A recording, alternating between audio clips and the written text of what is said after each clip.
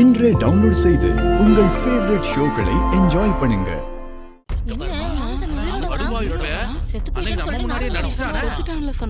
சொன்னதெல்லாம் உண்மைதான் போல. என்னப்பா இவன் செத்துட்டதா சொன்னாங்க, உயிரோட வந்து நிக்கிறான். அப்ப இவன் செத்துட்டான்னு சொன்னதெல்லாம் பொய்யா? இவன் எதுக்கு செத்த மாதிரி நடிச்சான் ஒன்னும் புரியலையே.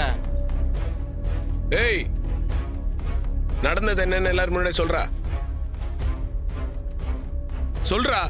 டேய், தலைய குடிஞ்ச என்னடா அர்த்தம்? அதான் கேக்குறாருல, சொல்றா. சொல்லிடுறேன் சார், என்ன ஒண்ணும் பண்ணிடாதீங்க. அப்ப வாய் திறந்து சொல்லு. ஊருக்காரங்களா நீ என்ன சொல்ல போறன்னு ஆவலா வெயிட் பண்ணிட்டு இருக்காங்க. வாய் திறந்து பேசுறா. உங்க எல்லாருக்கும் என்ன பார்த்தது ரொம்ப அதிர்ச்சியா இருந்திருக்கும். என்னடா செத்து போனவே திரும்ப வந்திருக்கானேன்னு. நான் சாகல, செத்து போன மாதிரி ஊரை ஏமாத்தினேன், அவ்வளவுதான். பாத்தியா என்ன காரியம் பண்ணிருக்கானு? டேய், எதுக்கு அப்படி நடிச்ச? யாரா உன்னை அப்படி நடிக்க சொன்னா? எல்லாம் அந்த சிவனாண்டி தான் என்ன அப்படி நடிக்க சொன்னாரு. சிவனாண்டியா? இந்த பாடுபடுத்திருக்கான் பாரு இவனை. சிவனாண்டி என்ன காரியம் பண்ணிருக்கான்? சிவனாண்டி எதுக்கு அப்படி நடிக்க சொன்னா?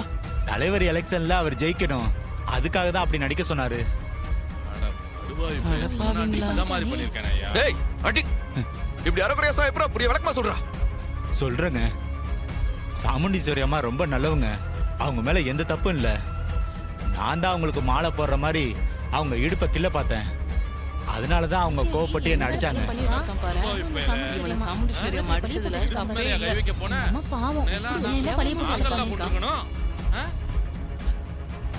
நான் மயங்கி விழுந்தேன். சிவனாண்டி ஆளுங்க தான் என்ன ஹாஸ்பிட்டல்ல சேர்த்து செத்த மாதிரி நடிக்க சொன்னாங்க. எனக்கு நிறைய பணம் தரேன்னாங்க. அதனாலதான் நான் ஒத்துக்கிட்டேன். அப்புறமா அங்க ஒரு வீட்டுல என்ன தலைமறைவா தங்க வச்சாங்க. அங்கதான் பரமேஸ்வரி பாட்டியம்மா மூலமா மாட்டிக்கிட்டேன். சாமுண்டீஸ்வரம்மா எலெக்ஷன்ல ஜெயிக்க கூடாதுன்னு தான் சிவனாண்டி இதெல்லாம் பிளான் பண்ணி செஞ்சாரு. அட பாவி, எல்லாத்தையும் சிவனாண்டி சொல்லிதான் செஞ்சியா?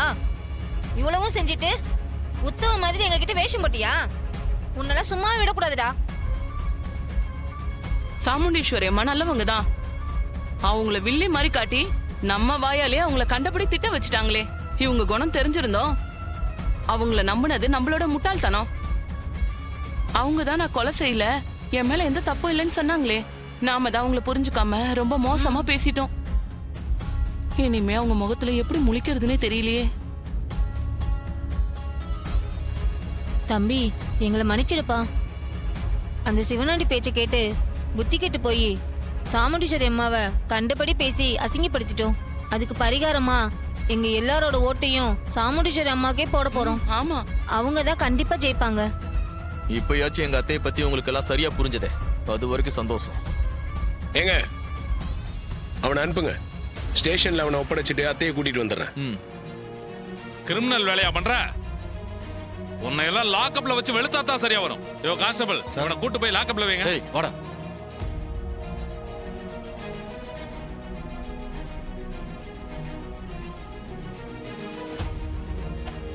சார், நான் உங்களை கூட்டிட்டு போலாம்ல?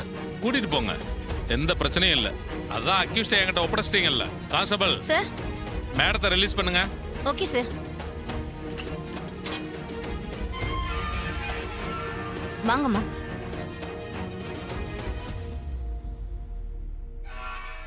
மேடம், இதுல ஒரு சைன் பண்ணுங்க.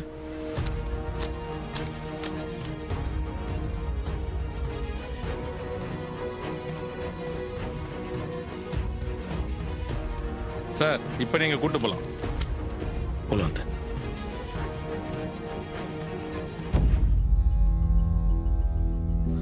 பாயேஸ்வரி, அம்மா, உன்னை பார்த்ததுக்கு அப்புறம் தான் எங்களுக்கு எல்லாம் நிம்மதியா இருக்கு. அம்மா. ரேவதி, எப்படி இருக்க? கால்ல ரொம்ப அடிபட்டுடுச்சா? ஆமா அம்மா, அந்த ராமசாமி இதை தாக்கினப்போ கால்ல கொஞ்சம் அடிபட்டுருச்சு.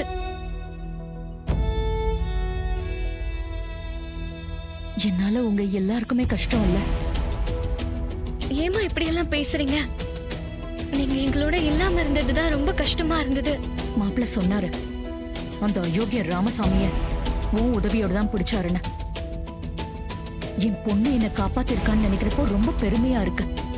இல்லம்மா, இதுக்கெல்லாம் முக்கிய காரணம் பாட்டி தான்.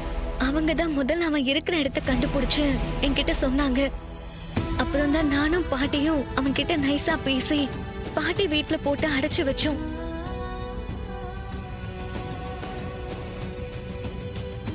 அதுக்கு முன்னாடி அவனோட நடந்த போராட்டத்துல தான் என் கால் அடிபட்டுச்சு, பாட்டிக்கு மண்டையில அடிபட்டுச்சு. பக்கத்து ரூம்ல தான் இருக்காங்க. ட்ரீட்மெண்ட் கொடுத்து படுக்க வச்சிருக்காங்க. அத்தை, நான் ஒன்று சொன்ன தப்பா எடுத்துக்க மாட்டீங்களா? சொல்லுங்க மாப்ள. நீங்க யார பரம விரோதியை நினைக்கிறீங்களோ அவங்க தான் நீங்க இன்னைக்கு வெளியே வர்றதுக்கு காரணமா இருந்திருக்காங்க. ஜனங்களோட ஆதரவு உங்களுக்கு திரும்ப கிடைச்சிருக்குன்னா அதுக்கு காரணமும் அவங்க தான். நீங்க ஜெயிக்கணுன்றதுக்காக அவங்க நிறைய கஷ்டப்பட்டிருக்காங்க. அவங்களுக்கு நீங்க நன்றி சொன்னதான் சரியா இருக்கும்னு எனக்கு தோணுது. ஆமாமா, பாட்டியால தான் நீங்க இப்ப வெளியே வந்திருக்கீங்க. நீங்க அவங்கள சொந்தம் இல்லைன்னு சொன்னாலும் அவங்க உரிமையோட இந்த காரியத்தை செஞ்சிருக்காங்க. ராஜா சொன்ன மாதிரி தேங்க்ஸ் சொல்லுங்கம்மா. பாட்டி ரொம்ப சந்தோஷப்படுவாங்க. இருக்கட்டும், பரவாயில்ல, விடுங்க.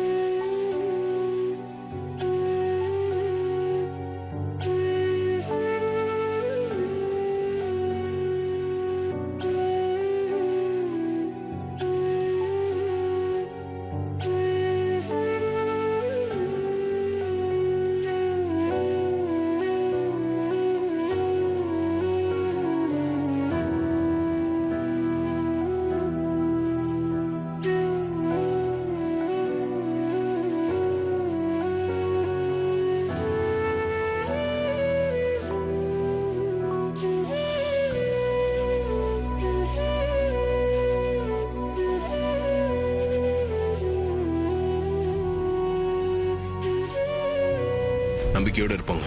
கண்டிப்பா நம்ம தான் ஜெயிப்போம். நீ இருக்கல சகல, அப்புறம் என்ன கவலை? கண்டிப்பா நாம ஜெயிச்சிருவோம்.